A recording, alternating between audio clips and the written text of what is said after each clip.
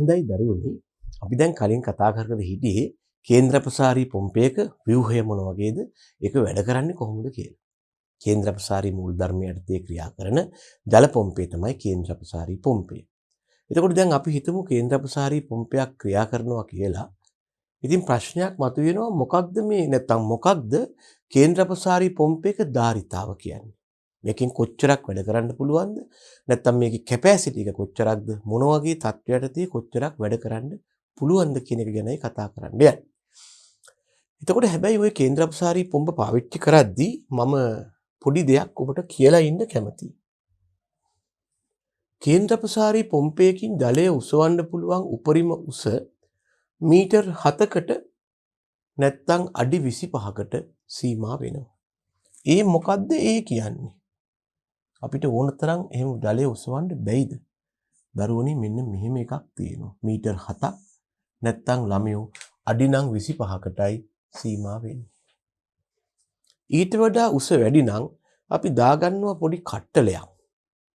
ඒකට අපි කියනවා ගැඹුරුලින් කට්ටලේ හෙවත් ඩීප් වෙල් කිට් එක කියලා. මේ ගැන කියන්න යද්දි මට මෙන්න මෙහෙම යෝජනාවක් දාන්න පුළුවන්. ළමයෝ මේ බලන්නකෝ. දැන් මෙන්න කේන්ද්‍රප්‍රසාරී පොම්ප කට්ටලයක් මේ බලන්න. මෙන්න ජල ප්‍රභවයේ හෙවත් ළිඳ. අපි හිතුව මෙතන තමයි ජල පොම්පේ තියෙන්නේ. මේ ළිඳේ ජල මට්ටම, මේ චූෂණ නලය, මෙන්න ෆුට් වෑල් එක හෙවත් පහ කපාටේ, මෙන්න විසර්ජන නලය, මෙන්න උඩුහිස් ටැංකිය. ඕකනේ ළමයි ඉතින් කේන්ද්‍රප්‍රසාරී ජල පොම්ප කට්ටලයක තියෙන දේවල්. ජල ප්‍රභවයේ, පහ කපාටේ, චූෂණ නලය, ජල පොම්පේ, විසර්ජන නලය, උඩුහිස් ටැංකිය. දැන් ඇත්තටම දැනගන්න මෙතෙන්දි කේන්ද්‍රප්‍රසාරී පොම්පේ මගින් කරන්නේ අර කුටීරයක් ඇතුලේ ඉම්පෙලර් කුටීරයේ තුල ඉම්පෙලර් එක භ්‍රමණය කරලා අඩු පීඩන කලාපයක් ඇති කරන එක විතරයි. හොඳට මතක තියාගන්න. මතක තියාගන්න මේ කේන්ද්‍රප්‍රසාරී පොම්පය ජලයේ බලහත්කාරයෙන් ඇද්දේ නෑ ළමයෝ.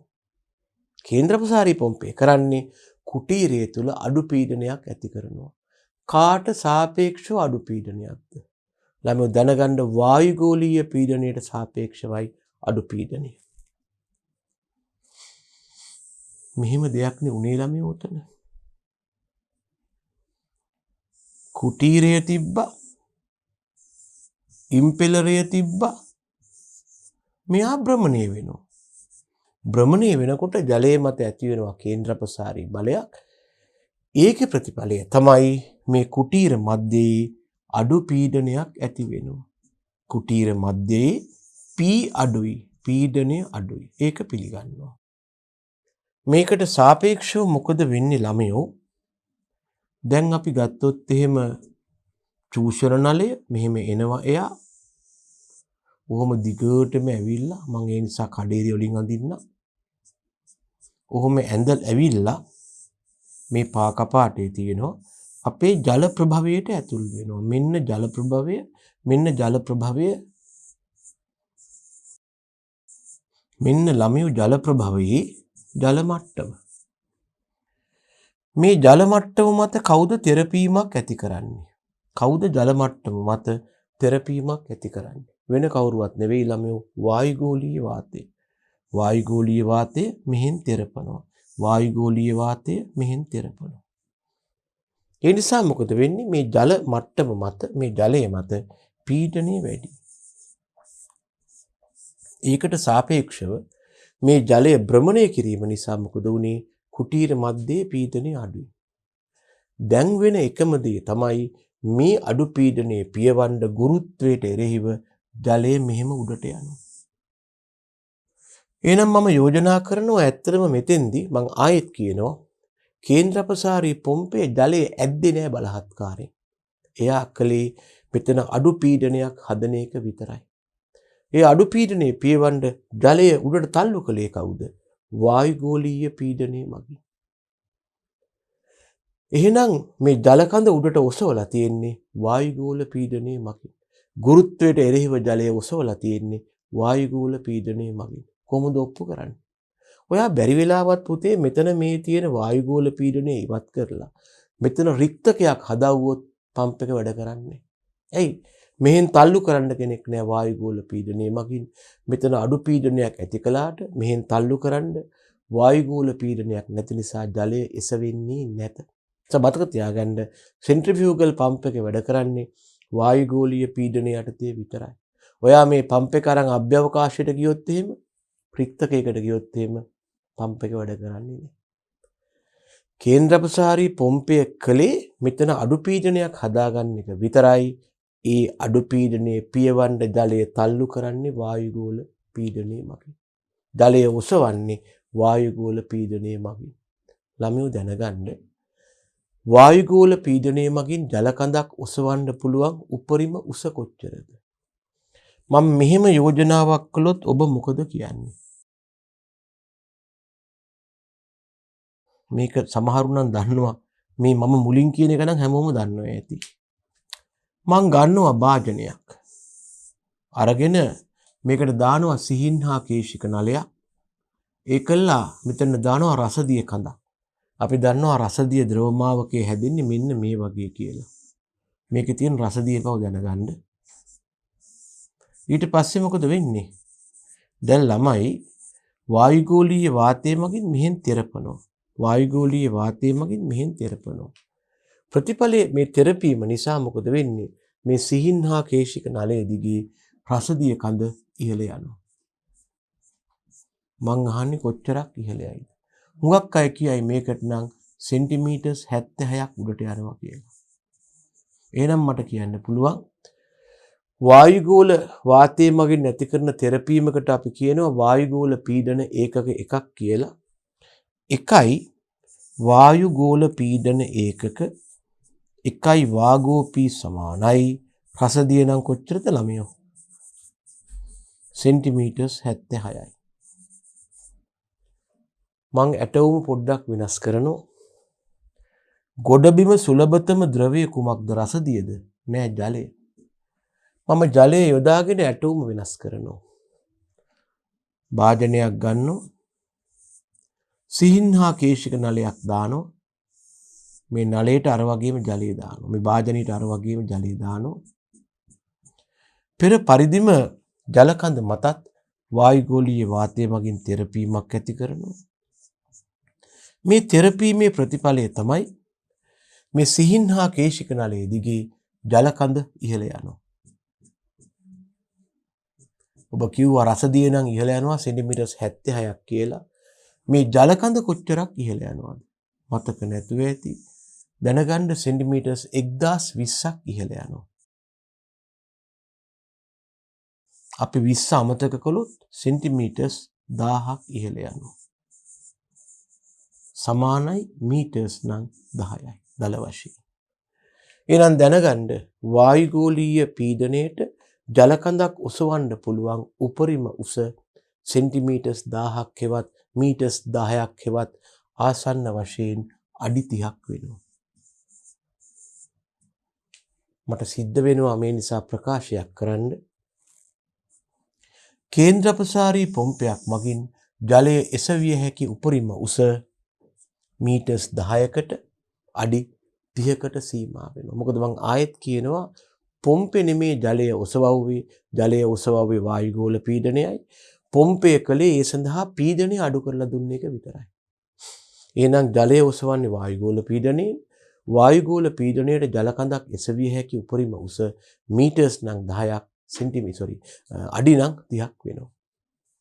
ඔය මීටර් 10යි අඩි 30යි කියන්නේ ළමයෝ තියොරිටිකල් වැලියු එකක් හෙවත් සෛද්ධාන්තික අගයක්.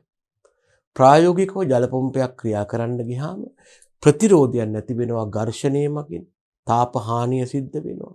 ශබ්දයට හානිය වෙනවා. මේ වාගේ ලොසස් නැත්තම් හානි සිද්ධ වෙච්චාම මේ අඩි 30 නැත්තම් මීටර්ස් 10 අඩු වෙනවා මීටර්ස් 7කට.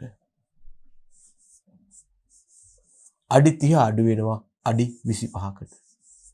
ඒක තමයි සමහරු කියන්නේ මේ අපේ ලිඳට පම්ප් එකක් දාන්න බෑ ලිඳ ගඹුර වැඩි කිව්ව බාසුන්නේ. ලිඳ අඩි 25ට වඩා ගැඹුරයිලු. මේකට පම්ප් එකක් දාන්න බැරිලු කියලා මතපල වෙන්නේ ඕකයි. ඔබගේ ලිඳට පම්ප් එකක් හයි කරන්න ගියාම බාසුන්නෑ මහත්තයා ඇවිල්ලා ටේප් එක දාලා මනිනවා. කියනවා මේකට දාන්න බෑ මහත්තයා. අඩි 25ට වැඩි වතුර අදින්නේ නැහැ කියනවා. වතුර අදින්නේ නැහැ කියන එකෙන් කියන්නේ මොකක්ද? වායුගෝල පීඩනයේට මෙච්චර උසකට ජලය ඔසවන්න බෑ. ඊට වඩා ඔබේ ලිඳේ ගැඹුර වැඩි. අන්න ඒකයි දරුවනේ මම මේ මතක් කළේ. ඒ ගැන පොඩ්ඩක් කියන්න අවශ්‍ය වුණා. ඒ නිසා අපි කොච්චර කතා කළත් ওই පොම්ප වල ධාරිතාව ගැන මේ අඩි 25 කතාව මතක තියාගන්න. අඩි 30යි කියලා සෛද්ධාන්තිකව කිව්වට මීටර් 10යි කියලා සෛද්ධාන්තිකව කිව්වට ඝර්ෂණයට වෙනත් ශක්ති හානිය වලට අඩු වුණාම ඕක මීටර් 7කට එහා ගන්න හරි අමාරුයි.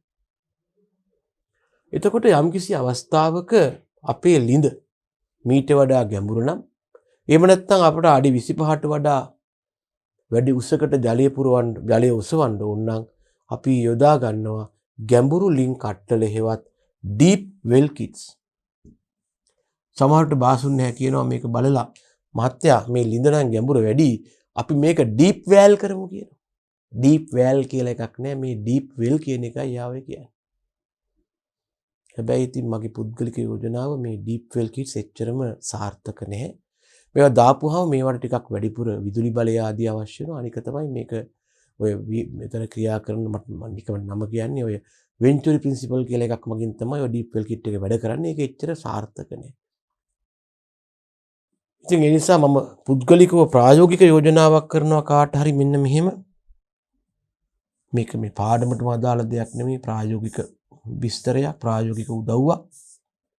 මොකද අපේ රටේ හුඟක් වෙලාවට ගෘහාශ්‍රිතව මේ ජල පොම්ප පාවිච්චි කරන නිසා මම මේ යෝජනාව කරන්නේ.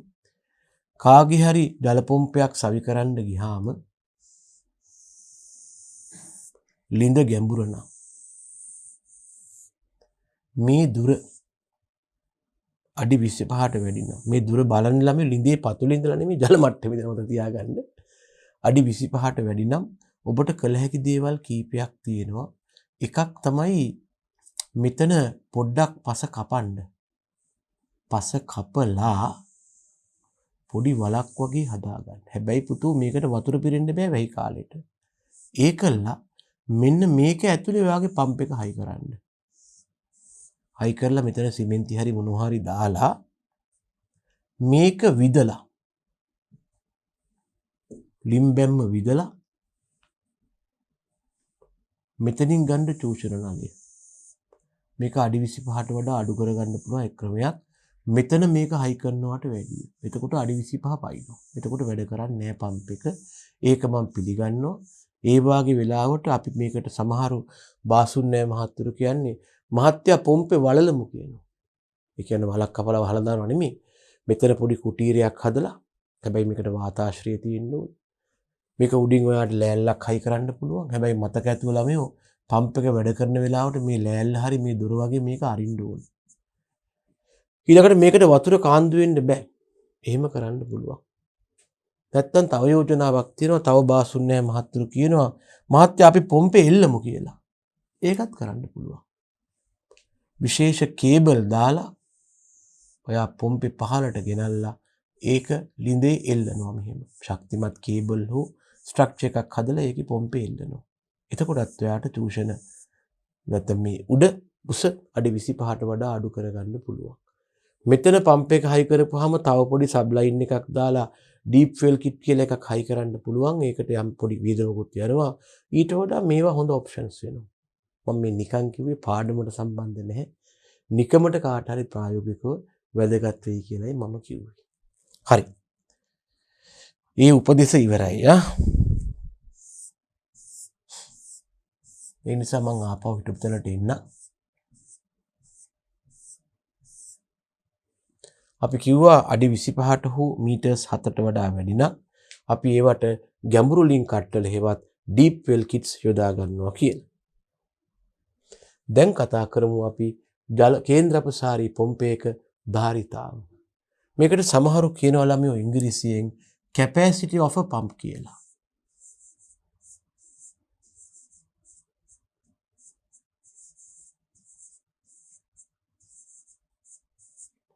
මම ටිකක් වැඩිපුර කතා කරන්නේ අපේ BST මහත්තුරුන්ට හා මෙනවියන්ට ඔය පම්ප්ස් ගැන තියෙනවනේ ඒකයි. මෙහි දක්වන්නේ ජල පුම්පේ මුළු හිස මගින් හා විසර්ජන ශීඝ්‍රතාව මගින්.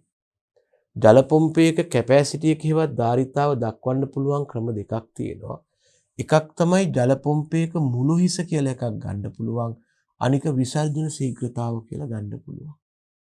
මේ මුළු හිසට අපි ඉංග්‍රීසියෙන් කියනවා ළමයි total head කියලා.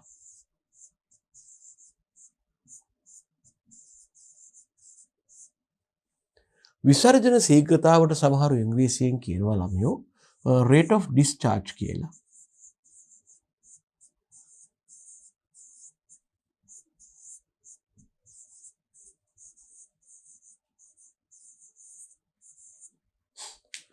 මෙන්න මේවා මගින් අපිට මේ පම්ප් එකක කැපැසිටි එක හෙවත් ඒකේ කොච්චර ධාරිතාව ගැන කතා කරන්න පුළුවන්. ජල පම්පයක මුළු හිස කියලා කියන්නේ මෙතන මේ හිස කියන්නේ ඔළුවට නෙවෙයි දුරක් ගැන කතා කරන්නේ. දුරක් මගින් අපිට පුළුවන් නැත්නම් ලෙන්ත් එකක් මගින් ඩිස්ටන්ස් එකක් මගින් අපිට මේ ගැන කතා කරන්න පුළුවන්.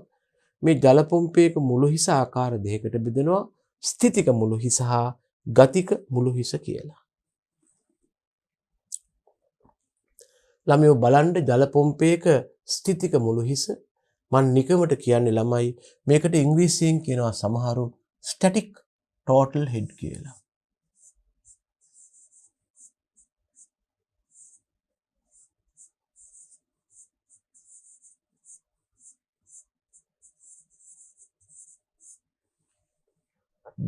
ජල පොම්ප ඇටවුමක් කියන්නේ ජල පොම්පයක් හයි කරපුවාම මෙන්න මේ ටික මතක තියාගන්න. චූෂණ හිස විසර්ජන හිස කියන අගයන් දෙකේ එකතුවට අපි කියනවා ස්ටැටික් ටෝටල් හෙඩ් හෙවත් ස්ථිතික මුළු හිස කියලා. සමහරු මේ චූෂණ හිසට ඉංග්‍රීසියෙන් කියනවා ළමයෝ සක්ෂන් හෙඩ් කියලා.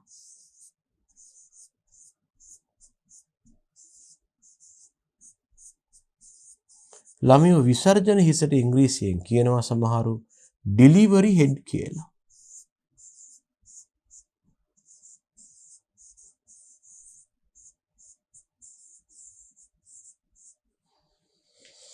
මෙන්න මේ දෙක එකතු වුනහම ටෝටල් හෙඩ් එක හැදෙනවා.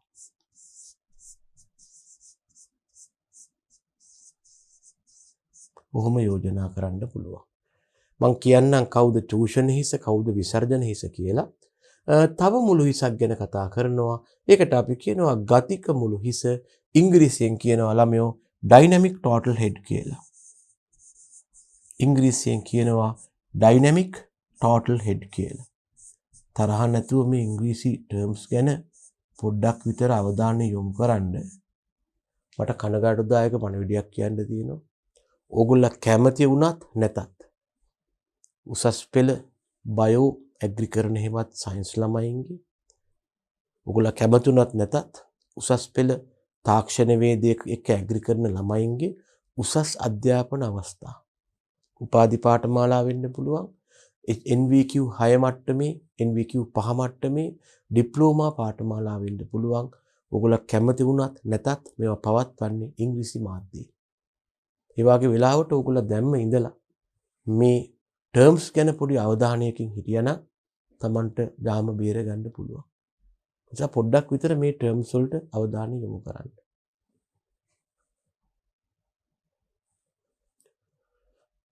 එතකොට මෙන්න මෙතෙන්දී අපි කියනවා අපිට කී හිටියේ ගතික මුළු හිස ගැන. ජල පොම්පයක ගතික මුළු හිස කියලා කියන්නේ ජල පොම්ප ඇටවුමක කවුද ළමයෝ? චූෂණ හිස, විසර්ජන හිස හා පීඩන හිස කියන තුන් දෙනාගෙම එකතුව. ඒ නිසා අපි කියනවා ජල පොම්පයේ ගතික මුළු හිස ඩයිනමික් ටෝටල් හෙඩ් එක සමානයි චූෂණ හිස සක්ෂන් හෙඩ් එක, විසර්ජන හිස නැත්නම් විසර්ජක හිස ඩිලිවරි හෙඩ් එක සහ පීඩන හිස කියලා. දැන් ප්‍රශ්නයක් තියෙනවා මොකක්ද ජල පොම්පයක චූෂණ හිස කියන්නේ? මේකට අපි ඉංග්‍රීසියෙන් කිව්වේ ඉතින් සක්ෂන් හෙඩ් කියලා තමයි ළමයෝ. ජල පොම්පයක චූෂණ හිස නැත්නම් අපි කිව්වා සක්ෂන් හෙඩ් කියලා.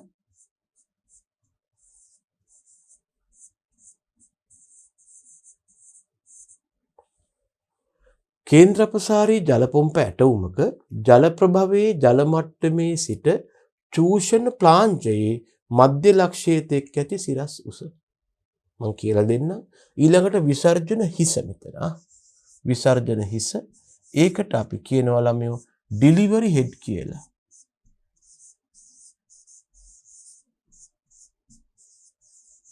මොකද කියන්නේ? ජල පොම්ප ඇටවුමක විසර්ජන හිස ප්ලාන්ජයේ මධ්‍ය ලක්ෂයේ සිට ජලය ගෙන යන උපරිම උච්චත්වයේ දක්වා ඇති සිරස් උසයි. මම ඕක මෙන්න මේ වගේ යෝජනා කරන්න. ඒක අපි ඉස්සෙල්ලා කියලා ඉමු එහෙනම්. මොකක්ද ළමයෝ මේ චූෂණ හිස කියන්නේ? මොකක්ද මේ විසර්ජන හිස කියන්නේ කියලා?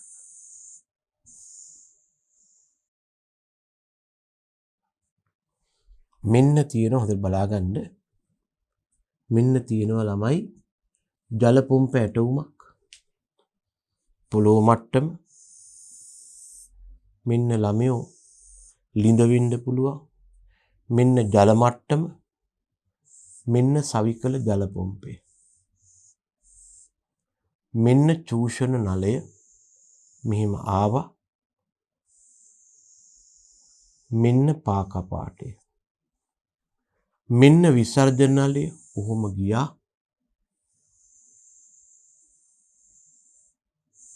මෙන්න උඩුහිස් ටැංකිය. මේ තියෙන්නේ ජල පොම්ප ඇටවුමක්. නම් කළොත් එහෙම ජල පොම්පය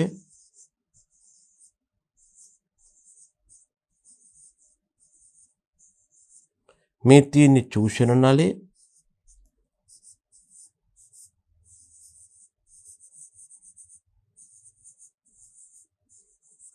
මේ තියෙන්නේ විසර්ජන නලය.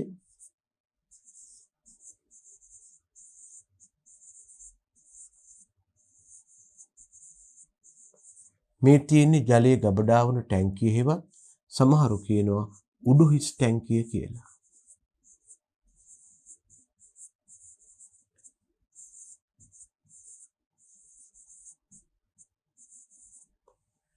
ළමයෝ හොඳට මතක තියාගන්න කිසියම් ජල පොම්ප ඇටවුමක මේ චූෂණ නලය ජල පොම්පේ සමග සම්බන්ධ වන ස්ථානයට අපි කියනවා සක්ෂන් ප්ලාන්ජයක හේවත් චූෂණ ප්ලාන්ජය කියලා. කිසියම් ජල පොම්පයක චූෂණ නලය ජල පොම්පේ සමග සම්බන්ධ වන ස්ථානයට අපි කියනවා චූෂණ ප්ලාන්ජය කියලා.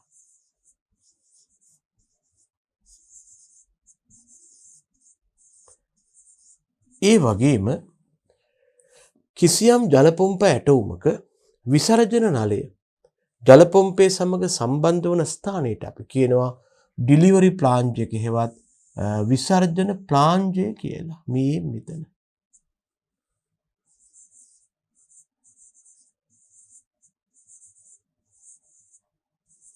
මේකට කියන්නේ අපි විසර්ජන ප්ලාන්ජය කියලායි. එතකොට අපි චූෂණ හිස කියලා කියන්නේ සක්ෂන් හෙඩ් එක කියලා කියන්නේ කිසියම් ජල පොම්ප ඇටවුමක මේ චූෂණ ප්ලාන්ජයේ මධ්‍ය ලක්ෂය වඩා නිවැරදිව කියනවා නම් එතන ඉඳලා ජල ප්‍රභවයේ ජල මට්ටම දක්වා ඇති සිරස් උස වෙනවා. මෙන්න මේ උස තමයි ළමයෝ චූෂණ හිස කියලා කියන්නේ. නැත්තම් සක්ෂන් හෙඩ් එක කියලා කියන්නේ.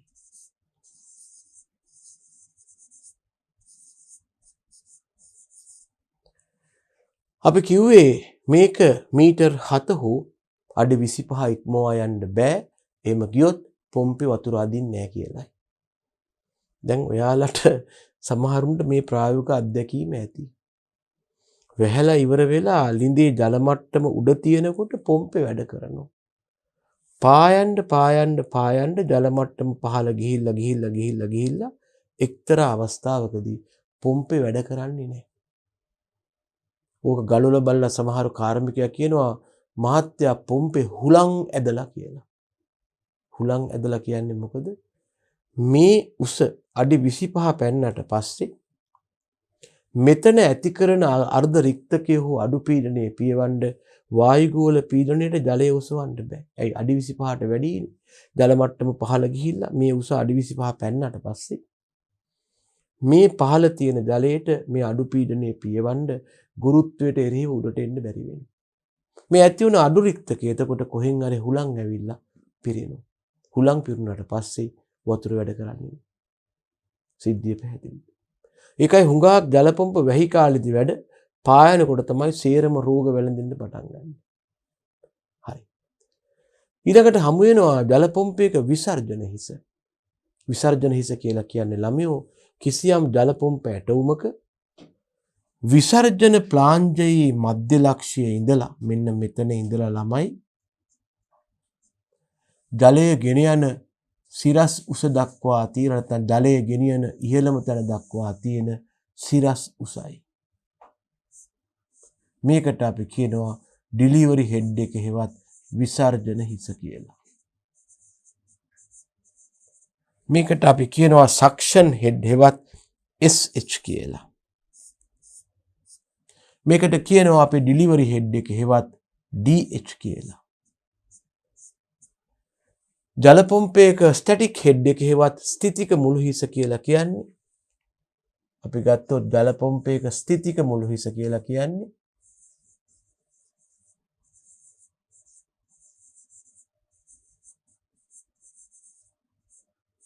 මේ ස්ටූෂණ හිස හෙවත් සක්ෂන් හෙඩ් එකේ මේ විසර්ජන හිස හෙවත් ඩිලිවරි හෙඩ් එකේ එකතුවයි. ඉතින් මේ දෙක මගින් අපට පුළුවන් අපි මිලදී ගන්න හෝ තෝරගන්න අපි ළඟ තියෙන පම්ප් එකේ කැපැසිටි එක ගැන කතා කරන්න. මේක ජල පොම්පේ සමග ලැබෙන කුඩා ලේඛනයේ නැත්තම් පොත් පිංච දක්වලත් තියෙනවා. අපි සමහර වෙලාවට වඩා නිවැරදිව ජල පොම්පයක් මිලදී ගන්න ගිහිල්ලා අපි විකුණුම් කරුවන් කිව්වොත් එහෙම අපට දෙන්න ජල පොම්පයක් කියලා. එයා අහන වචනයක් තමයි මහත්තයාට ඕන හෙඩ් එක කීයක වතුර පොම්පයක්. එයා හෙඩ් එක කියලා කියන්නේ මේ ටෝටල් හෙඩ් එකට. ඒක තමයි නිවැරදි ක්‍රමය. නමුත් අපි ඉතින් හුඟක් වෙලාවට කතා කරනවා මේ එන්ජින් යන්ත්‍රයේ අශ්ව බලය ගැන, හෝස් පවර් භාගය, හෝස් පවර් 3 කාල, හෝස් පවර් 1 ආදී වශයෙන්. එහෙම නැත්නම් මේ නලවල විස්කම්භය. නමුත් වඩා නිවැරදිව හෙඩ් එක තමයි වැදගත් වෙන්නේ.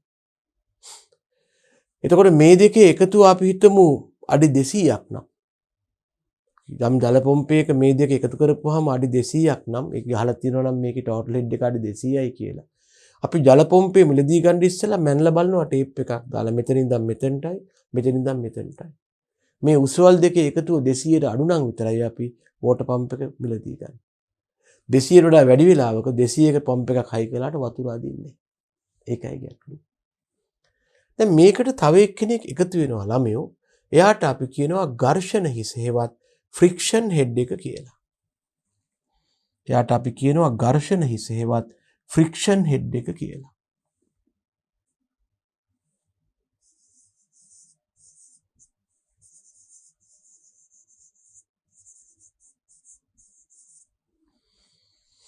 ඒ කියන්නේ මේකයි ළමයි මේ ජල පොම්ප ඇටවුම දිගේ ජලය ගමන් කරනකොට මේ සවිවීම් වලින් උපකරණ වලින් නැමි වලින් සම්බන්ධ වලින් මේ ජල ගමන් කිරීමට යම් ප්‍රතිරෝධයක් හෙවත් බාධාවක් හෙවත් ඝර්ෂණ ප්‍රතිරෝධයක් ඇති වෙනවා.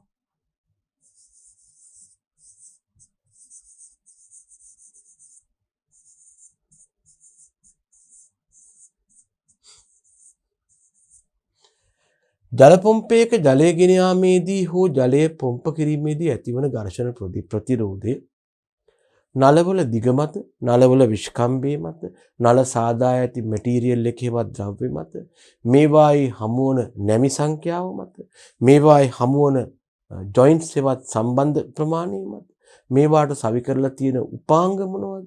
මේ මත වෙනස් වෙනවා. මේ මත යම් ජල පොම්ප පද්ධතියක ජලය ගෙන යාමේදී ඇතිවන ඝර්ෂණ ප්‍රතිරෝධයක් තියෙනවා. ඒක අපට උසකට පත් කරන්න පුළුවන්. ඒක උසක් බවට පත් කරපුවාම ඒකට අපි කියනවා ඝර්ෂණ හිස කියලා.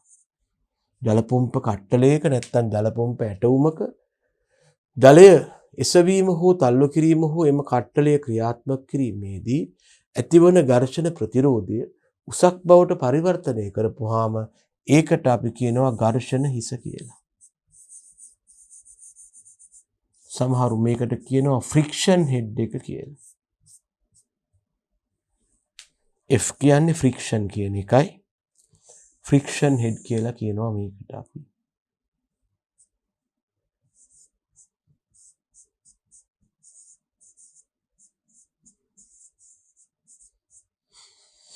දැන් අපි කිසියම් ජල පොම්ප කට්ටලයක් භාවිතා කරද්දී මේ ඇතිවන friction head එකටත් නැත්නම් ඝර්ෂණ ප්‍රතිරෝධයටත් එරෙහිව ඒ ජල පොම්පේ ධාරිතාව තියෙන්න ඕන.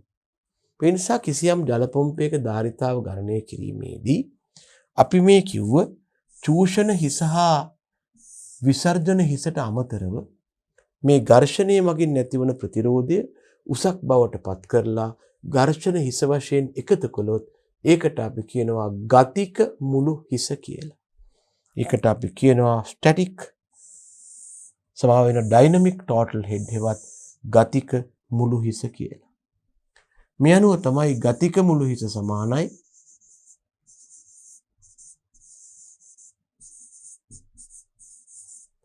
කිසියම් ජල පොම්ප ඇටවුමක චූෂණ හිස එකතු කිරීම විසර්ජන හිස මේකට එකතු වෙනවා අර විදිහට ඝර්ෂණය මගින් නැති වෙන ප්‍රතිරෝධය ඒකට අපි කියනවා ෆ්‍රික්ෂන් හෙඩ් එක හෙවත් ඝර්ෂණ හිස.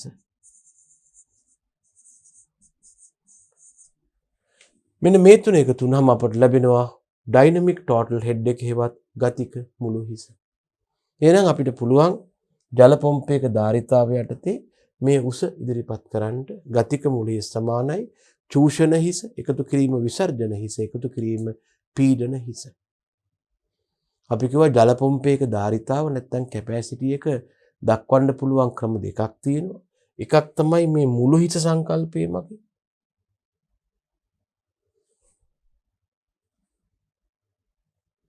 එහෙම නැත්නම් අනික තමයි විසර්ජන ශීඝ්‍රතාව. දැන් මම කියලා දුන්නා ජල පොම්පයක මුළු හිස කියන්නේ එහි ධාරිතාව මනින ක්‍රමවේදයක් නැත්නම් අගයක් ඒක ආකාර දෙකයි ගතික මුළු හිස හා ස්ථිතික මුළු හිස. ස්ථිතික මුළු හිස කියලා කියන්නේ චූෂණ සක්ෂන් චූෂණ හිස හා විසර්ජන හිස කියන දෙකේ එකතුව.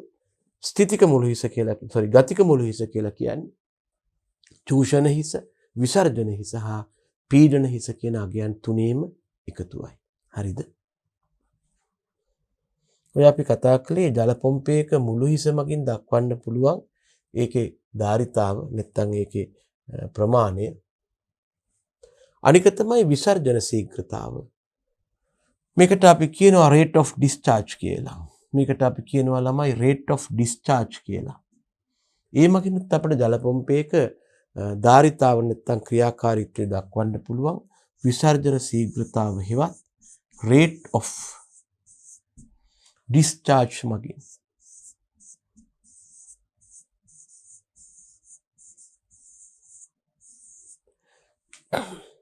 පොම්පේ මගින් ඒක කාලයකදී පොම්ප කරන ජල පරිමාවයි volume of water ඒක කාලයකදී.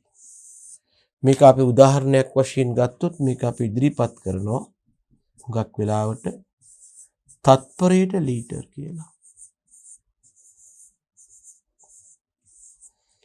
මේ මගිනුත් අපිට ජල පොම්ප ඇටවුමක efficiency එක හෙවත් කාර්යක්ෂමතාව මැනගන්න පුළුවන්. හොඳයි. ඉතින් මේ වගේ රූපයක් තමයි මේ දක්වලා තියෙන්නේ. අර උසවල් මාක් කරලා තියෙනවා මේකේ ස්ටැටික් හෙඩ් එක. ඒකට සක්ෂන් හෙඩ් එක එකතු කරලා තමයි අපි ඩයිනමික් හෙඩ් එක හදාගන්නේ. මේකේ තව වර්ගවල හෙඩ්ස් තියෙනවා. උදාහරණයක් ප්‍රවේග හිස කියලා තියෙනවා. අපි ඒව ගැන කතා කරන්න යන්නේ නැහැ. හොඳයි. ජල පොම්ප සම්බන්ධව කතා කරද්දී අපට එක්තරා සංසිද්ධියක් වැදගත් වෙනවා. ඒකට අපි කියනවා ජල පොම්ප පූර්ණය කරනවා කියලා. නැත්නම් ජල පොම්ප පූර්ණය කිරීම එහෙම නැත්නම් priming of pumps කියලා කියනවා. මේකත් මේ කේන්ද්‍රප්‍රසාරී පොම්ප වලට සම්බන්ධ සිද්ධියක්. මෙතන කියනවා යම් කේන්ද්‍රප්‍රසාරී පොම්පයක් මුල්වරට හයි කළාට පස්සේ හෝ රිපෙයාර් එකකින් පස්සේ හයි කළාට පස්සේ අපි කළ යුතු දෙයක් නැත්නම් විය යුතු දෙයක් තියෙනවා. පොම්ප කුටීරයේ හා චූෂණ නලය ජලයෙන් පිරවෙන්න ඕන. ඒ කියන්නේ ජල පොම්පයක් ක්‍රියා කරන්න ඉස්සෙල්ලා වායු හා ජල කාන්ද වීම වලින් තොරව මේ ජල පොම්පේ තියෙනවනේ පොම්ප කුටීරය කියලා එකක්. ඒ කියන්නේ ජල පොම්පයක ප්‍රතිපෙනුමක් ඇන්දොත් මේ තියෙන්නේ බලවේග ඒකකය, මෙන්න ඇක්සල් එක, මෙන්න තියෙනවනේ ළමයෝ මෙහෙම පම්ප් චේම්බර් හේවත් පොම්ප කුටීරය කියලා එක. මෙතනින් හටගන්නේ චූෂණ නලය. එයා මෙහෙම ලිඳට ගිහිල්ලා පා කපාටයක් දරනවා. කිසියම් ජල පොම්පයක් අලුතෙන් ගෙනල්ලා හයි කළාට පස්සේ එහෙම නැත්නම් තිබිච්ච එකක් රිපෙයාර් කරලා අලුතෙන් හයි කළාට පස්සේ ඔන්න ඔය කියන පොම්ප කුටීරය හා මේ තියෙන පම්ප් චේම්බර් එකේවත් පොම්ප කුටීරය හා මේ තියෙන සක්ෂන් ලයින් එක හේවත් චූෂණ නලය ජලයෙන් පිරීමට අපි කියනවා ජල පොම්ප පූර්ණය කරනවා කියලා. නැත්නම් ප්‍රයිම් කරනවා කියලා. එහෙම නැත්නම් මේ ජල පොම්පේ වැඩ කරන්නේ නැහැ. කිසියම් ජල පොම්පයක් මුල්වරට සවි කිරීමෙන් පසුව එහෙම නැත්නම් අලුත් වැඩියාවකින් පසුව සවි කරපුවාම ඒ ජල පොම්පේ පොම්ප කුටීරය හා චූෂණ නලය ජලයෙන් පිරීමට අපි කියනවා ජල පොම්ප පූර්ණය වෙනවා නැත්නම් ප්‍රයිමින් කියලා. ඒකට අපි කියනවා ප්‍රයිමින් ඔෆ් වෝටර් පම්ප් කියලා. ඒවත් ජල පොම්ප පූර්ණය වෙනවා කියලා කියනවා. Prime window.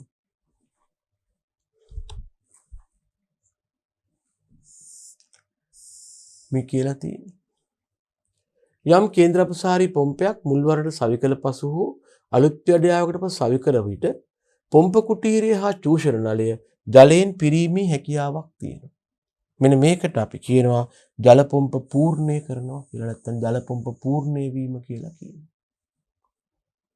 එතකොට දැනගන්න මේ කේන්ද්‍ර අපසාරී පොම්ප පූර්ණය වන ක්‍රමයේ මත ප්‍රධාන ආකාර දෙකකට බෙදෙනවා.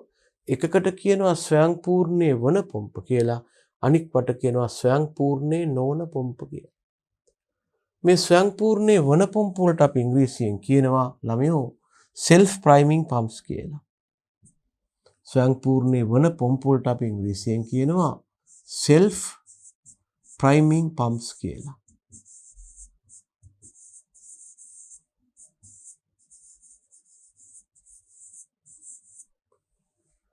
එහෙම ස්වයං පූර්ණය වෙන්නේ නැති පොම්ප වලට අපි කියනවා non self priming pumps කියලා.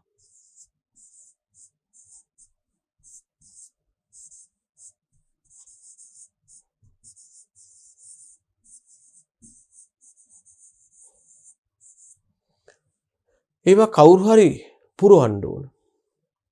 ස්වයං පූර්ණය වන පොම්ප එහෙම අවශ්‍ය නැහැ. ස්වයං පූර්ණය නොවන පොම්ප කවුරු හරි පුරවන්න ඕන. දැන් මේ ස්වයං පූර්ණය වන පොම්ප වල ලක්ෂණයක් තමයි මේවායේ මිල හරි අධිකයි. හැබැයි එයා තමම පුරව ගන්නවා. මිල අධික නිසා දේශීය භාවිතය ගොඩක් අඩුයි. හැබැයි ධාරිතාව වැඩි ගොඩක් වෙලාවට. ස්වයං පූර්ණය නොවන පොම්ප වල ලක්ෂණය තමයි පොම්පේ විසින්ම තමාගේ පොම්ප කුටීරය හා චූෂණ නලය ජලයෙන් පුරව ගන්නවා. ඒක වෙන කවුරුත් කරලා දෙන්න ඕනේ නැහැ. එතකොට මේ අර්ථයේ පොම්පත් ප්‍රමාණයෙන් කුඩා වෙනවා. නෑ. සම්පූර්ණ නොවන පොම්ප වල අලුත් වැඩියාවකින් හෝ මුල් වලට සවි කළාට පස්සේ පොම්ප කුටීරය හා චූෂණ නලය ජලයෙන් පුරවා දීමක් වෙන්නේ නැහැ. අපි පුරවන්න ඕනේ. එතකොට මේ පොම්ප එච්චර සංකීර්ණත් නැහැ, මිලෙනුත් අඩුයි, ප්‍රමාණයත් කුඩායි. අපි සාමාන්‍යයෙන් ගෙවල් වල පාවිච්චි කරන ඔය ඩොමෙස්ටික් සෙන්ට්‍රිෆියුගල් පම්ප්ස් ඒවත් ගෘහාශ්‍රිත කේන්ද්‍ර අපසාරී පොම්ප මේ දෙවන කාණ්ඩයට අයත් වෙනවා. එහෙනම් කිසියම් පොම්පයක් මුල්වරට හෝ අලුත් වැඩියාවකින් පස්ස සවි කරපුවාම පොම්ප කුටීරය චූෂණ නලයේ ජලයෙන් පිරීමේ හැකියාව කියලා කියනවා. මේ අනුව කේන්ද්‍ර අපසාරී පොම්ප ආකාර දෙකයි: ස්වයං පූර්ණය වන පොම්ප, ස්වයං පූර්ණය නොවන පොම්ප. එහෙනම් බලන්න ස්වයං පූර්ණය වන පොම්ප self priming pumps පොම්පේ මුල්වරට හෝ අලුත් වැඩියාවකින් පස්ස සවි කරපුවාම කම්පැනි නැත්නම් කඩෙන් ගෙනල්ලා හයි කරපුවාම හරි රිපෙයාර් කරලා හයි කළාට පස්සේ පොම්පේ විසින්ම පොම්ප කුටීරය හා චූෂණ නලය පුරව ගන්නවා නම් ඒගොල්ලන්ට අපි කියනවා ස්වයං පූර්ණය වන පොම්ප කියලා. දැනගන්න මිල අධිකයි. දෙවෙනි එක ස්වයං පූර්ණ නොවන පොම්ප non self priming pumps. Pompeii මුල්වරට නැත්නම් අලුත් වෙඩියාවකින් පසු සවි කරපුවාම අප විසින්ම පොම්ප කුටීරය හා චූෂන් නලය පුරවන්න ඕන. අප විසින් පුරවන්න ඕන. ඉබේ පිරෙන්නේ නැහැ. මේවට කියනවා non self priming pumps කියලා. බොහෝ ගෘහාශ්‍රිත පොම්ප මේ කාණ්ඩයට අයත් වෙනවා. මට උදාහරණයක් දක්වන්න පුළුවන් මෙතන. උදාහරණ බොහෝ ගෘහාශ්‍රිත පොම්ප. හුඟක් ඩොමෙස්ටික් පම්ප්ස් මේ කාණ්ඩයට තමයි අයත් වෙන්නේ. එයා පුරවගන්නේ නැහැ. අපි පුරවලා දෙන්න ඕන වෙනවා. උදාහරණ බොහෝ ගෘහාශ්‍රිත පොම්ප මේ කාණ්ඩයට අයත් වෙනවා. හරිද ළමයෝ? ඊළඟට අපි දැනගන්න ඕන කිසියම් කේන්ද්‍රප්‍රසාරී පොම්පයක් සවි කිරීම හා නඩත්තු කිරීමේදී මොනවද සලකා බලන කරුණු හිවත් සාධක කියලා. කේන්ද්‍රප්‍රසාරී පොම්පයක් සවි කිරීම හා නඩත්තු කිරීමේදී සලකන සාධක. හොඳ රචනා ප්‍රශ්නයක් අහන්න පුළුවන්. පළවෙනි එක තමයි තෙතමනය නොදරන නොතිබෙන ස්ථානයක අවැසියාදීන් ආරක්ෂා වන පරිදි කාමරයක් තුලයි සවි කරන්නේ. මොකද මේවා මලකඩ කෑවොත් වැඩ කරන්නේ නැතුව යනවා, බිඳ වැටෙන්න පුළුවන්. අපි මේස්දා පොඩි නිවසක් වගේ ඉදි කරලා ඒක තුල ජල පොම්පේ සවි කිරීම තමයි වඩා පිළිගත් ක්‍රමය. මේ නිවසට කියනවා පොම්ප නිවසේවත් පම්ප් හවුස් එක කියලා. මිනිස්සු නැහැ මේක.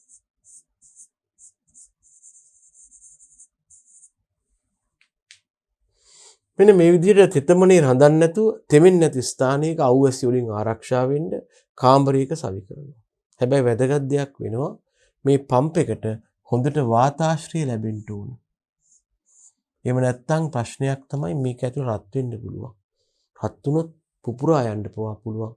පම්ප් එකක් අධිකව හීට් වුණොත්, ඕවර්හීට් වුණොත්. චූෂණ හිස හැකිතරම් අඩුවන පරිදි සවි කරනවා. මොකද චූෂණ හිස දික් වෙන්න ඇති වෙන ප්‍රතිරෝධය හා ජල ධාරිතාව අඩු වෙනවා. අනික තමයි චූෂණ හිස මීටර්ස් 7ක් නැත්නම් 7.5කුත් අපි බාර ගන්නවා. ඉක්මවා නොයන්ඩයි සවි කරන්නේ. එහෙම චූෂණ හිස මීටර්ස් 7.5 ඉක්මවා ගියොත් සාමාන්‍ය ක්‍රමයට වතුර අදින්න අපිට ඩීප් වෙල් කිට්ස් වලට යන්න වෙනවා. ඊළඟට බලවේග ඒකකයක හා පොම්පය නිසි පරිදි පෙළ ගන්නවන්න. මේකට අපි කියනවා ළමයි ඇලයින්මන්ට් තියනවා කියලා. නැත්නම් ඇලයින් කරනවා කියලා. ඔබ සමහර ලාවට දැකලත් ඇති ජල පොම්ප නෙමේ ඔය වී අඹරන යන්ත්‍රාදිය ගෙනාපුවාම මේ යන්ත්‍රය වෙනම තියෙනවා. ඒකෙන් බලය ලබාගෙන යම් කොටසක් ක්‍රියා කරනවා. ඒතර මෙතෙන්දී අපි කියන්නේ ඒ කොටස් දෙකම එකිනෙකාට එකම රේඛාවක තියෙන්න ඕන. එහෙම නැත්නම් අපි කියනවා මේකේ ඇලයින්මන්ට්ස් නැහැ කියලා. මේකේ බෙල්ට් පනින්න බලනවා. දැන් උදාහරණයක් මම සරල උදාහරණයක් කිව්වොත් මෙහෙම තියෙනවා නම් සරල උදාහරණයක් කිව්වොත් මෙහෙම තියෙනවා නම් කිසියම් එන්ජිමක් හෝ මෝටරයක් ඒකෙන් මෙහෙම අපි බලය ලබාගෙන අපි හිතමු මෙතනට රෝදයක් සවි කරලා පුලි එකක් කියලා ඒකෙන් ලැබෙන බලය ලබාගෙන ඒක මේ රෝදය මගින් දැන් බලය හම්බ වෙනවනේ. ඒකෙන් ලැබෙන බලය ලබාගෙන අපිට පුළුවන් පොඩි මොකක් හරි යන්ත්‍රයක් ක්‍රියාත්මක කරන්න. අපි කියමු ගොයම් පාහින යන්ත්‍රයක් කියලා. හැබැයි එහෙම ක්‍රියාත්මක කරන්න නම්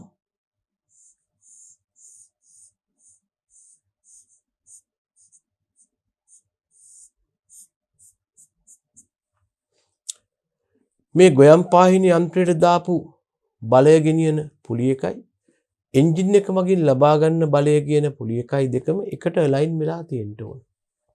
මේකේ සුළු හෝ වෙනසක් තිබුණොත් මේකේ බෙල්ට් පනින්න බලනවා. එහෙම නැත්නම් වැඩ කරන්න බැරි වෙනවා. මෙතනත් එහෙම දෙයක් තමයි මම මේ කිව්වේ. බලවේගයේ ඒකකයේ හා පොම්පේ නිසි පරිදි පෙළ ගැන්විලා තියෙන්න ඕන. එහෙම නැත්නම් මේක වැඩ කරන්නේ නැහැ. අලයින් වෙලා තියෙන්න ඕන. දැනගන්න ජල පොම්ප සවි කරන්නේ අපි කොන්ක්‍රීට් සිමෙන්ති නැත්නම් කොන්ක්‍රීට් අපි කියනවා මොකද්ද ෆවුන්ඩේෂන් එකක් නැත්නම් අත්තිවාරමක් මත. මොකද මේක ගොඩක් වයිබ්‍රේට් වෙනවා. මේක වේගයෙන් කම්පණය වෙද්දි මොකද වෙන්නේ? අපි හොඳ ශක්තිමත් පාදමක් දුන්නේ නැත්නම් මේක කැඩිලා යන්න පුළුවන්. අනික තමයි චූෂණ නලයේ ක්‍රමානුකූලව ජල ප්‍රභවයේ දෙසට බෑවුමක් සහිතවයි සවි කරන්නේ. ක්‍රමානුකූලවයි ජල ප්‍රභවයේ පැත්තට අපි චූෂණ නලයත් බෑවුම් කරන්නේ.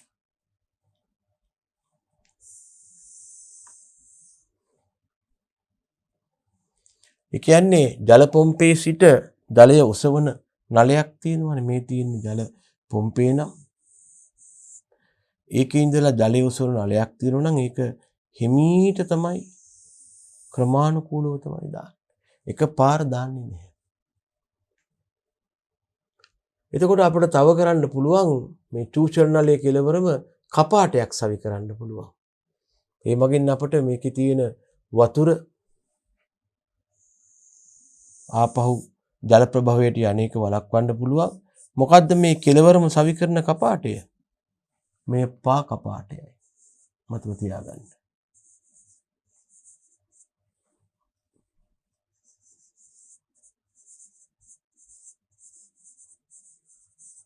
හරියට මේ කෙලවරීම සවි කරන්න ඕන.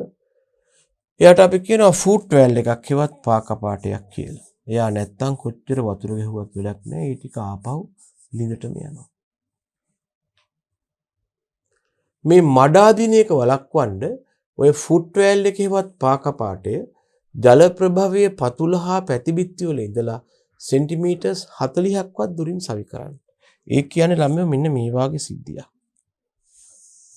දැන් ඔය චූෂණ යටතේ ජල පොම්පේ මගින් වතුර ඇදලා ගන්නකොට කුඹුරේ තියෙන වැලි එහෙම නැත්නම් මඩ ආදියත් ඇදලා ගන්න පුළුවන්.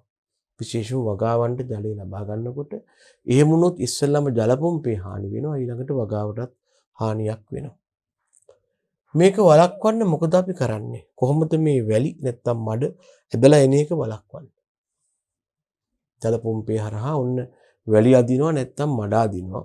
ඕක වළක්වන්න ළමයි අපි කරන වැඩේ තමයි මේ තියෙන ජල ප්‍රභවය නම් මේ ජල ප්‍රභවයේ පැති බිත්ති වල ඉඳලා සෙන්ටිමීටර්ස් 40ක් හරි 60ක් හරි යනකම් කිට්ටු වෙන්න තියන්න එපා.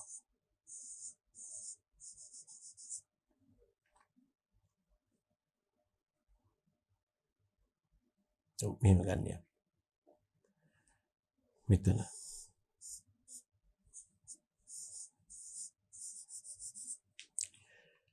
මේ තියෙන ජල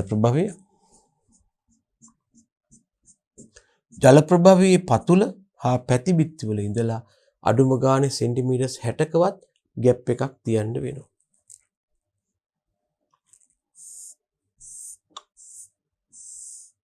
සමා වෙන්න 60ක් හෝ 40ක්. නැත්නම් අපි කියමු 40 සිට 60 කියලා.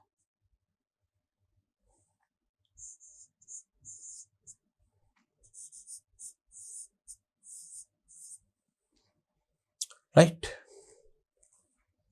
එහෙම නැත්නම් මඩ අදිනවා, කිට්ටු වෙච්ච හැටි මඩ අදින්න පටන් ගන්න. right. ඊළඟට අපිට පුළුවන් නම් මේ ෆුට් වැල් එකේවත් පා කපාටේට පිටින් ෆිල්ටර් එකක් දාන්න. මේකට අපි කියනවා බාහිර පෙරහන කියලා. එතකොට කුණ්ඩොඩු ආවට පා කපාටේට අදින්නේ නැහැ. මේවා බොහෝ විට ගෘහාශ්‍රිත ලිං වලටයි ගැලපෙන්නේ. අය ජලයේ බොණ්ඩ ගන්නවා. මේක වැඩිපුර ගැලපෙන්නේ ගෘහාශ්‍රිත ලිං වලටයි.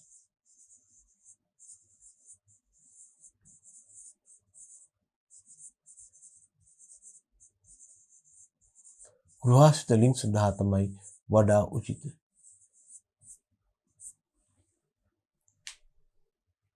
ඊළඟට ළමයෝ විසර්ජන නල මාර්ගයේ ජලය දැන් අපි ටැංකියට ගෙනියනවානේ.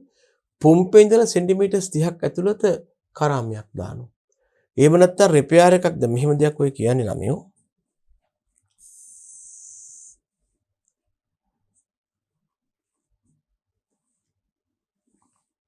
දැන් මෙහෙම තියෙනවා නම් ජල ප්‍රභවයේ මෙහෙම තියෙනවා නම් විසර්ජන නලේ යම් තැනක ජලය ගබඩා කරනවා. එතකොට මේ විසර්ජන නලයේ ජල පොම්පේ ඉඳලා අඩියක් එවත් සෙන්ටිමීටර්ස් 30ක් පමණ දුරින් අපි දාන්න ඕන මොකක්ද? පොඩි වෑල් එකක්. පොඩි දොරක් දාන්න ඕන.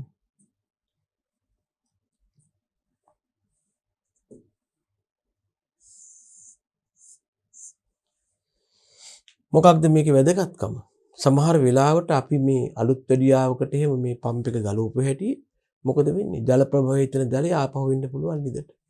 ඒක වළක්වන්න තමයි මෙයා කියන්නේ. රයිට්. ඒ ගැන අපි මේ කතා කළේ. ඊළඟට කියනවා සියලුම මූට්ටු හා සවිකිරීම ජල හා සුළං කාන්දු නොවන පරිදි මැලියම් හා ටේප් මගින් සවි කරන්න ඕන. ඔබ දැකලා ඇති ජල පොම්ප වල තියෙනවා විශේෂ මැලියම් වර්ගයක්. ඒ වගේම ටේප් තියෙනවා thread seal කියලා ඒවා දාලා තමයි හයි කරන්නේ. එහෙම නැත්නම් මේකෙන් හුලං හෝ ජලයේ පොඩ්ඩක් හරි ඇද්දොත් ඒවා ඇවිල්ලා නළය ඇතුලේ පිරුණොත් වතුර අදින්න නැතු යනවා. ඊළඟට කියනවා පද්ධතියේ නල හා උපාංග සවි කළ යුත්තේ ඝර්ෂණය අඩුම වෙන විදිහට හේවත් ඝර්ෂණය අවම වන ආකාරයට. වැඩි ඝර්ෂණයක් ආවොත් ඒක පම්ප් එකට අමතර ලෝඩ් එකක්. ඒක පරක් වෙන්න නලක් වෙන්න පුළුවන්. අනික තමයි මේ විසර්ජන නලය උඩුහිස් ටැංකියට සවි කරන්න ඕන උඩුහිස් ටැංකියේ ඉහළින්. මෙන්න මෙහෙම තත්ත්වයක් ඔය කියන්නේ ළමයි.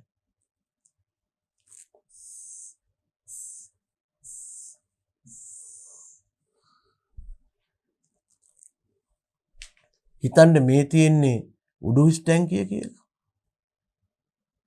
මේ තියෙන්නේ උඩුහිස් ටැංකිය කියලා හිතන්නකො. මෙන්න අපේ ජල පොම්පය. මේ උඩුහිස් ටැංකියට ජල පොම්පේ ඉඳලා විසර්ජන ලයින් එක මෙහෙම හයි කරන්නත් පුළුවන්. එහෙම නැත්නම් මෙහෙම හයි කරන්නත් පුළුවන්.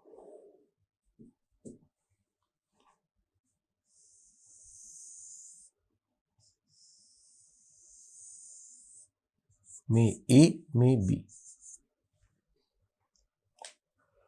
උඩුහිස් ටැංකියට විසර්ජන නලය සවි කරන නිවැරදි ක්‍රමය Aද Bද? උත්තරය A. මොකද B වලින් මේක සවි කළොත් එහෙම වෙන ගැටලුව තමයි අපි B වලින් මොක සවි කළොත් එහෙම ළමයි. මොකද දන්නවද වෙන්නේ? මෙහෙම දැන් අපි සවි කළා කියලා හිතන්නකෝ. ඒතකොට මෙහෙන් වතුර තල්ලු කරපුවාම මෙහෙම වතුර පිරෙනවා. පිරුණාට පස්සේ මොකද වෙන්නේ?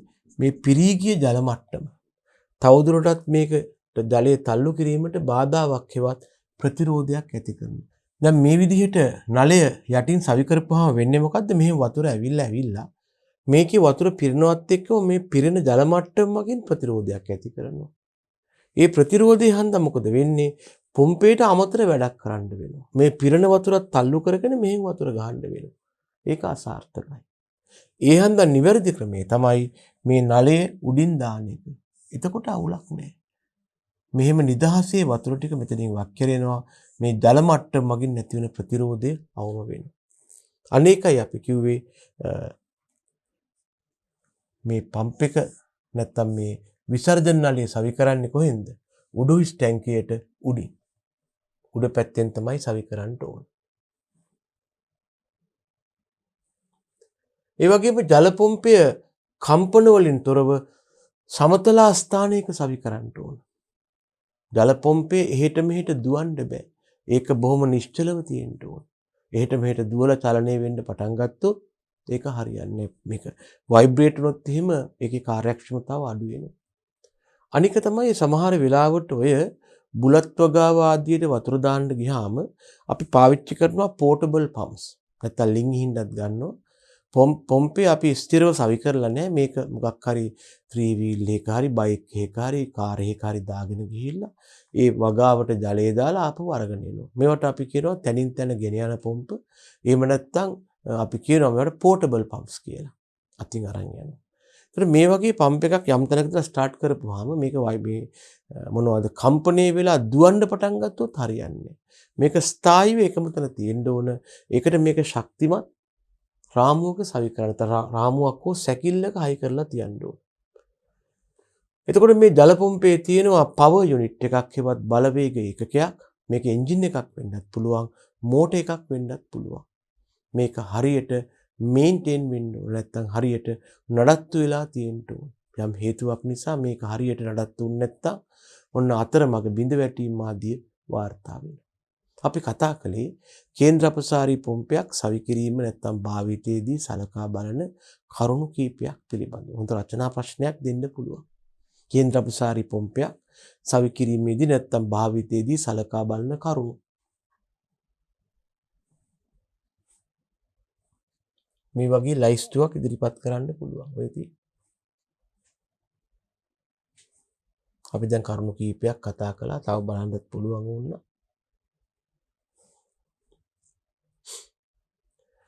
හොඳයි. ඊළඟට අපි බලන්න ඕන මොනවද මේ කේන්ද්‍ර අපසාරී පොම්පවල වාසි කියලා. අපට මූලිකව වැදගත් වෙන පොම්ප වර්ග දෙකයි. එකක් තමයි පිස්ටන් පොම්ප. ඒකේ වාසිය අපි කතා කළා. ඒ වගේම අපිට දක්වන්න පුළුවන් මොනවද මේ කේන්ද්‍ර අපසාරී පොම්ප නැත්නම් සෙන්ට්‍රිෆියුගල් පම්ප්ස් වල තියෙන වාසි හා අවාසි කියලා. ඉස්සෙල්ලා වාසි ගත්තොත් ළමයෝ මූලික නඩත්තු වියදම හරි අඩුයි. ලොකු සල්ලියක් යන්නේ නැහැ මේවා හදන්නයි නඩත්තු කරන්නයි. ඒ වගේම නඩත්තුව හා අලුත් වැඩියාව පහසුයි. බොහෝ විට දැනගන්න මේ පොම්ප අපි රිපෙයාර් කරන්නේ ගෙදරදීමයි. මේවා හුඟක් වෙලාවට අපි වර්ක්ෂොප්ස් වලට ගෙනියන්නෙත් නැහැ. පොඩි අලුත් වැඩියාවන් ගෙදර කරගත හැකි. ඔය එන්ජින් එක හෝ මේකේ තියෙන මොනවද අර මෝටරේ ලොකු වැඩක් නැත්තම් ඔක මේ හුලං ඇද්දොත් අපිට ඒව හරි ගස්ස ගන්න පුළුවන්. ඒ වගේම ප්‍රමාණයෙන් කුඩා නිසා අපිට පොඩි ඉඩකඩක වුණත් මේක සවි කරන්න පුළුවන්. පිස්ටන් පොම්පයට සාපේක්ෂව. ඒ වගේම මේකේ හම්බ වෙන්නේ සිම්පල් මෙකැනිසම් එකක් හා සරල යාන්ත්‍රණයක් නැත්නම් සරල ක්‍රියාකාරීත්වයක්. ඒ නිසා සාමාන්‍ය පුද්ගලයෙකුට ගෙදර ඉන්න කෙනෙකුට වුණත් මේ පම්ප් එක පොඩ්ඩක් විතර එහෙම කරගන්න පුළුවන්. අනික තමයි ජලයේ පිටවීම අකණ්ඩයි ඒකාකාරයි. හෝ ගාලා වතුර එනවා මිසක අර පිස්ටන් පොම්පේ වගේ බොහ එහෙම නෑ. එක දිගට වතුර කොත ගාලාගෙන එනවා. ඊළඟට ලැබෙන්නේ ස්පන්දනය වන ආකාරයේ ජල ප්‍රවාහයක්. මතකද මම උදේත් කලිනුත් කිව්වා ඔබට පල්සේටිව් ෆ්ලෝ එකක් කියලා. එහෙම එකක් නෙමෙයි ලැබෙන්නේ. අකණ්ඩ ජල ප්‍රවාහයක් ඒක වෙවුලන්නේ නැහැ. ඊතා සුමට නැත්නම් අපි කියනවා ස්මූත් ෆ්ලෝ එකක් කියලා. ඊතා සුමට ප්‍රවාහයක් තමයි ලැබෙන්නේ. අර ගැහෙන එකක් නෙවෙයි. අනික තමයි අපට මඩ වැලි වගේ දේවල් තියෙන ජලය වුණත් මේ වෑන් පොම්ප කරන්න පුළුවන්. මේ නිකන් කියන්නේ ඔය සමහර ලාවට තියෙන ඔය ගලි බවුසර්ස් කියලා තියෙන ඔය අපද්‍රව්‍ය තිබුණු වලවල් වැසිකිලි වලවල් සුද්ධ කරන්න. ඒවායේ තියෙනවනේ යම්කිසි ආකාරයක ඝන අපද්‍රව්‍ය. ඒවට හුඟක් වෙලාවට මේ සෙන්ට්‍රිෆියුගල් පම්ප්ස් අපි පාවිච්චි කරනවා. බල සුලභතාව මත ඔයාට පුළුවන් විදුලි මෝටරයකින් හරි නැත්නම් එන්ජිමකින් වගේ ක්‍රියා කරන්න. අනික තමයි ලොකු ප්‍රෙෂර් එකකටත් මේක ඔරොත්තු දෙනවා කැඩෙන්නේ එහෙම යන්නේ නැහැ. ඒ වගේ තමයි මේක අලුත් වැඩියාව හා නඩත්තු කරන්න පුහුණු ශ්‍රමිකයින් අවශ්‍ය වෙන්නේ නැහැ. සාමාන්‍ය අවබෝධයක් තියෙන ඕනම කෙනෙකුට මේක රිපෙයාර් කරගන්න පුළුවන්. ඒක ලොකු වාසියක්. අපි කතා කළේ කේන්ද්‍ර අපසාරී පොම්පවල තියෙන වාසි ගැන. හැබැයි අවාසිත් කීපයක් තියෙනවා. සමහර පොම්ප තියෙනවානේ අපි ගෙවල් වල හයි කරන ඒවා self priming නෙමේ ස්වයංපූර්ණේ වෙන්නේ නැහැ. මේවා ස්වයංපූර්ණේ නොවන જાති ඒවා. ඒ නිසා මොකද වෙන්නේ? පොම්පේ සවි කරගත්තට පස්සේ අපි විසින්ම මේක පූර්ණේ කරගත යුතු වෙනවා. පොම්පේට බෑ එයාට ප්‍රයිම් කරගන්න අපි මේක ප්‍රයිම් කරලා දෙන්න ඕන. ඒක අමතර කරදරයක්. පොම්පේ හයි කරලා ඉතින් අර උඩ තියෙන නට් එක ගලවලා පුනීල තියාගෙන වතුර වක් කරන්න ඕන. මේක අමතර කරදරයක් වෙනවා. අනික තමයි සියලුම සවිවීම් ජල හා වායු රෝධක වෙන්න ඕන. හොඳ තදට හයි වෙලා තියෙන්න ඕන.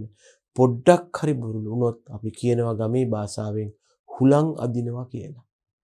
පම්ප් එකට හුලං ඇද්දොත් ඒක වැඩ කරන්නේ නැත. ඊළඟට සාමාන්‍යයෙන් ටියුෂන් හිස් මේවායේ මීටර් 6-7කට සීමා වෙනවා. ඊට වඩා ඉහළට මේකෙන් වතුර අදින්න බෑ. මම කිව්වා වායුගෝල පීඩනය මගින් ජල කඳක් ඔසවන්න පුළුවන් උපරිම උස මීටර් 6කට 7කට සීමා වෙනවා. ඒකයි මේ හේතුව. ඒ වගේම ඊට වඩා චූෂණ හිස අධික නම් විශේෂ සවි කිරීම අවශ්‍ය වෙනවා. උදාහරණයක් තමයි මම කිව්වේ මොනවද? ගැඹුරු ලිං කට්ටල. උදාහරණයක් තමයි අපි කිව්වේ ගැඹුරු ලිං කට්ටල. එහෙම නැත්නම් මේවට අපි කියනවා ඩීප් වෙල් කිට්ස් කියලා. මම කිව්වා ඒවා එච්චරම හැබැයි සක්සස් එවත් සාර්ථක නෑ කියලා. වියදම අධිකයි, සාර්ථක බවත් අඩුයි.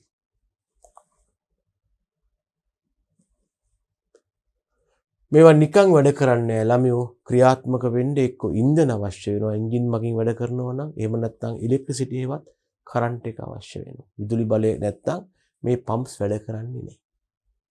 අනික් අතට මේවායින් ගොඩාක් දුරට වතුර ඈත ගෙනියනකොට මේවායේ සාර්ථකත්වය ක්ෂාරක්ෂමතාව ඉතා ශීඝ්‍රයෙන් පහළ බහිනවා. ළඟ ඒ කියන්නේ වතුර ඇදපු තැනම ඔපරේට් කරනවා නම් හොඳයි. වතුර ගොඩාක් ඈතට තල්ලු කරන්න තිබුණ වෙලාවට මේකේ කාර්යක්ෂමතාව බලාගෙන ඉඳද්දී අඩු වෙනවා. අනික තමයි මේ නිසා විශාල ජල සම්පාදන පද්ධති වලට මේක හයි කරනකොට අපිට සිද්ධ වෙනවා මේකේ දැන් මේ සිස්ටම් එක මැදදී මේකේ ආපහු ප්‍රෙෂර් එකක් ඩෙවලොප් කරන්න අපි හයි කරනවා ළමයෝ ප්‍රෙෂර් බූස්ටර් කියලා කෑල්ලක්.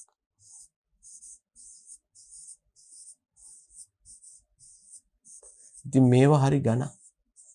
සාමාන්‍යයෙන් ගෙවල් වල නම් මේක අවශ්‍ය වෙන්නේ නැහැ. නමුත් ඔය ලොකු ජල සම්පාදන වැඩසටහන් වලට මේක සවි කරනවා නම් මගදී ප්‍රෙෂර් එක අඩු වෙන හින්දා ඒක ආපහු ඩෙවලොප් කරන්න අපිට සිද්ධ වෙනවා ප්‍රෙෂර් බූස්ටර් කියලා කෑල්ලක් හයි කරන්න. ඒක මේකේ අවාසිය.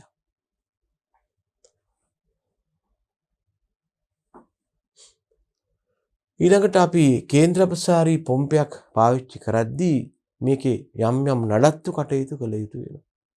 මේවට කරන නඩත්තු කටයුතු අපිට ආකාර තුනකට බෙදා ගන්න පුළුවන්. පළවෙනි එක තමයි දෛනික නඩත්තු කටයුතු. දවස ගානේ මොන වගේ දේවල්ද අපි මෙබඳු පම්ප් එකකට කරන්නේ. දිනපතා යම් යම් දේවල් මේකේ හරි ගස්සන්න වෙලා තියෙනවා. මොනවද අපි කරන්නේ? එකක් තමයි පොම්පේ හා උපාංග වලින් ජලයේ කාන්දු වෙනවද කියලා බලනවා. අපි දැන් මෙහෙම අපි කතා කරන්නේ මේ ගෙදරක පාවිච්චි කරන එක නෙමෙයි ළමයෝ. සමහර ලාවට දැන් ওই ජල සම්පාදන පද්ධතිවල මේ වගේ පම්ප් කිට්ස් තියෙනවා. ඒවා දවස් 5-6 එක දිගට වැඩ කරනවා. එතකොට මේ වගේ සිස්ටම් එකක තියෙන පම්ප් එකක් අපි දිනපතා උදේ ගිහින් බලනවා. මේකේ වතුර ලීක් වෙලා තියෙනවද? එහෙම නැත්නම් උපකරණයෙන් හරි පොම්ප් වලින් වතුර ලීක් වෙනවද කියලා බලනවා දිනපතා. නැතුව මේ දවසට සැරයක් හෝ දවස් දෙකකට සැරයක් මේ වතුර ටැංකියක් ගහගත්තට ගෙදර තියෙන පොම්ප් එකකින් වැඩ ඔක්කොම දාලා දවස ගානේ ඕක ඇරලා බලන්නේ ලීක් වෙනවද කියලා. මම මේ කියන්නේ ඉරිගේෂන් සිස්ටම්ස් වල. දැන් අපේ රටේ තමයි නිකමුට කියන්නේ එක්තරා ජල සම්පාදන ක්‍රමයක්. ඒකට අපි කියනවා ළමයෝ උස්සාන වාරි මාර්ග යෝජනා ක්‍රම කියලා.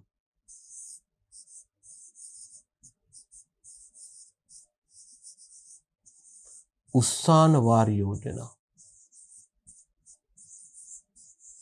නැත්නම් අපි කියනවා අප්ලන්ඩ් ඉරිගේෂන් සිස්ටම්ස් කියලා.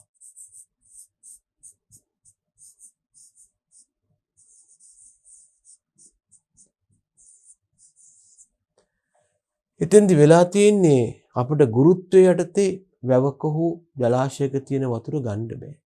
සමහර වගාබිම් තියෙනවා මේ ජලාශයට වඩා ඉහළින් පිහිටලා තියෙනවා. අන්න ඒ වගේ වෙලාවට අපිට සිද්ධ වෙනවා ජල පොම්ප දාලා අර උඩහා ඉන්න ගොවීන්ට වතුර ලබා දෙන්න. මෙන්න මේ වගේ සිස්ටම්ස් වලට අපි කියනවා උස්සාන වාර යෝජනා ක්‍රම. උදාහරණයක් රාජාංගනීය උස්සාන වාර යෝජනා ක්‍රමය. ඒවට වතුර පොම්ප ගණනාවක් දාලා රාජාංගනේ හරි කොහේ හරි ජලාශයෙන් වතුර අරගෙන පොම්ප මගින් උඩ තල්ලු කරනවා. එතකොට වෙලා තියෙන්නේ මොකක්ද? හුඟක් වෙලාවට මේ වෝටර් පම්ප්ස් ටික දවසේ පැය 24ම දුවනවා. එතකොට දිනපතාම මේක බාර වීන්න පුද්ගලයා ඇවිල්ලා බලන්න ඕන පම්ප් එකෙන් පම්ප් එකට මේකේ ලීක් වෙලා තියෙනවද ආදී දේ. එහෙම තියෙනවා නම් එයා ඒක తాවකාලිකව නවත්තලා ඒක නිවැරදි කළ යුතු වෙනවා. ඒකයි මේ කිව්වේ. ඊළඟට විදුලි ධාරාව පරීක්ෂා කරනවා. දිනපතා කොහේ හරි ෂෝට් එකක් තියෙනවද? මේ වගේ දේවල්. වෝල්ටීයතාව හරි කරන්ට් එක එනවද මෝටර්ස් වලින් වැඩ කරනවා නම්. පිටවන ජලධාරිතාව බලනවා. හරියටම වතුර හොඳට යනවද? මේ ජලයේ පීඩනය බලන්න දැන් මේ උස්සාන යෝජනා ක්‍රම වගේ වෙනනම් වතුරේ තනින් තන ප්‍රෙෂර් ගේජස් කියලා જાතියක් හයි කරලා තියෙනවා. ඒකෙන් බලනවා මේ නිකුත් වෙන ජලය හරියට ප්‍රෙෂරයිස් වෙලාද තියෙන්නේ කියලා. එහෙම නැත්නම් උස්සාන වාර යෝජනා ක්‍රමයේ යටතේ වතුර ඒ කඳු මුදුනට ගෙනියන්න බැරි වෙන්න පුළුවන්. අපි ඒ ගැන නිතරම සොයා බලනවා. මෙන්න මේ වාගේ දේවල් අපි දිනපතා ඔය ගෙදර තියෙන කුඩා හෝස් බවර් පාගේ වතුර පොම්පෙට බලන්න නැති වුණාට මේ වගේ දැවැන්ත ප්‍රෝග්‍රෑම්ස් වලදී මේකට පුද්ගලයෝ පත් කරලා ඉන්නවා. ඒගොල්ලෝ දිනපතා මේක නඩත්තු බලන්න ඕන. මෙන්න දිනපතා කරන නඩත්තු කටයුතු. ඒ වගේම තියෙනවා සතියකට වරක් කරන දේවල්. අපි බලනවා ටිකක් කල්පනාවෙන් එන්ජිම මෝටරේ හෝ පොම්ප වලින් අනවශ්‍ය නැත්තම් අසාමාන්‍ය සද්ද එනවද කියලා බලනවා. නිකන් කැකැට් මේ මොනවද වයිබ් මොනවද තෙරපි මේ දෙදරීමේ ශබ්ද ඒ වගේ දේවල් ගැන සොයා බලනවා. එහෙමනම් ලොකු රිපෙයාර් එකකට සමහරලාට ඔය එන්ජින් එකක් නම් අර බෙයාරින් කියන කොටස් ගෙවි ගිහිල්ලා එහෙම වෙන්න පුළුවන්. ඊළඟට මාසික නඩත්තු කටයුතු. මාසයකට සැරයක් සොයා බලලා කරන දේවල් තියෙනවා. විදුලිය හොඳට සම්බන්ධ වෙලාද බලනවා. මේ අපි කියනවානේ ලූස් කනෙක්ෂන් කියලා. සම්බන්ධකම් හරියට නැත්තම් ඒවා මගින් විදුලිය හානි වෙන්න පුළුවන්. එහෙම නැත්තම් උපකරණ හරියට වැඩ නොකරන්න පුළුවන්. ඒක සොයා බලනවා. ඊළඟට අපි බලනවා අපේ පම්ප් එකයි පවර් ලබා දෙන එන්ජිම හෝ මෝටරයයි හරියට අලයින් වෙලා තියෙනවද කියලා. එහෙම නැත්තම් මේවායේ බෙල්ට් පනින්න පුළුවන්. ඒ වගේම අපි කරන්නේ මේවායේ ඝර්ෂණය අඩු කරන්න තියෙනවා බෙයාරින් කියලා කොටසක්.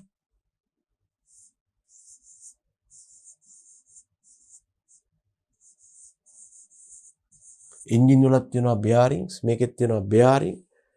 භ්‍රමණය පහසු කරන්න අන්න ඒවට තෙල් හෝ ග්‍රීස් දානවා. ඒ වගේම එන්ජින් ඔයිල් මාස 3කට වතාවක් හෝ එහෙම නැත්නම් සමහරු කියනවා ළමයි નિયમિત වැඩපෑ ගණනට වරක්. නිකන් කාලය ගත වුණාටම හරියන්නේ නේ. කොච්චර වැඩ කරලා තියෙනවද?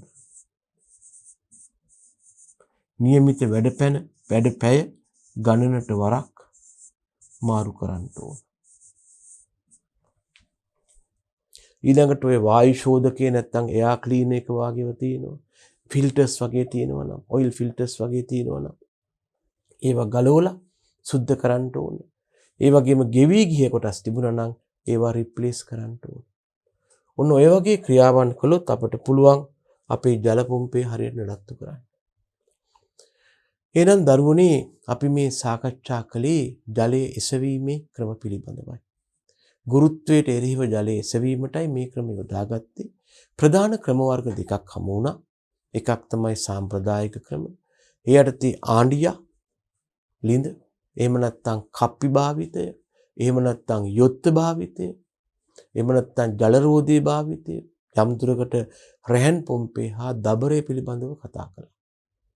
ඊළඟට ගුරුත්වයට එරෙහිව ජලය එසවීමට හා එසවූ ජලයේ පීඩනයක් යටතේ තල්ලු කිරීමට මෑත කාලයේ සිට භාවිතා වූ උපකරණ හේවත් ජල පොම්ප පිළිබඳව කතා කළා.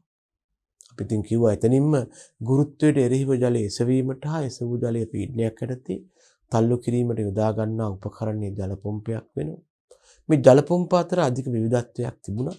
ඒ නිසා අපි ජල පොම්ප වර්ග ක්‍රමින් කතා කළා. මේකෙන් විශේෂ අවධානයක් යොමු කළේ ප්‍රධාන ජල පොම්ප වර්ග දෙකකට. මේකෙන් එකක් තමයි පිස්ටන් ආකාර පොම්පය, අනික තමයි කේන්ද්‍රපසාරී පොම්පය. අපි මේ පොම්ප වර්ග දෙකේම ව්‍යුහය, ක්‍රියාකාරීත්වය, වාසිය වාසි පිළිබඳවත් විශේෂයෙන්ම පිස්ටන් පොම්ප සවිකිරීම සමාවෙන විශේෂයෙන්ම කේන්ද්‍රපසාරී පොම්ප සවිකිරීම සහ ඒවායේ නඩත්තු සම්බන්ධයෙන් අපි කරුණු සලකා බැලුවා. ඉතින් ඔන්න ඔය තොරතුරු වලින් අපගේ මේ පාඩම නැත්තම් ජලයේ එසවීමේ ක්‍රම නිමා වෙනවා. එහෙනම් මම මෙතනින් පාඩම නතර කරනවා. මෙබඳු තවත් පාඩමකින් ඔබ හා මුසු වනතුරු එහෙනම් ඔබ සියලු දෙනාටම මම ආයුබෝවන් කියනවා. එහෙනම් පුතේ ආයුබෝවන්.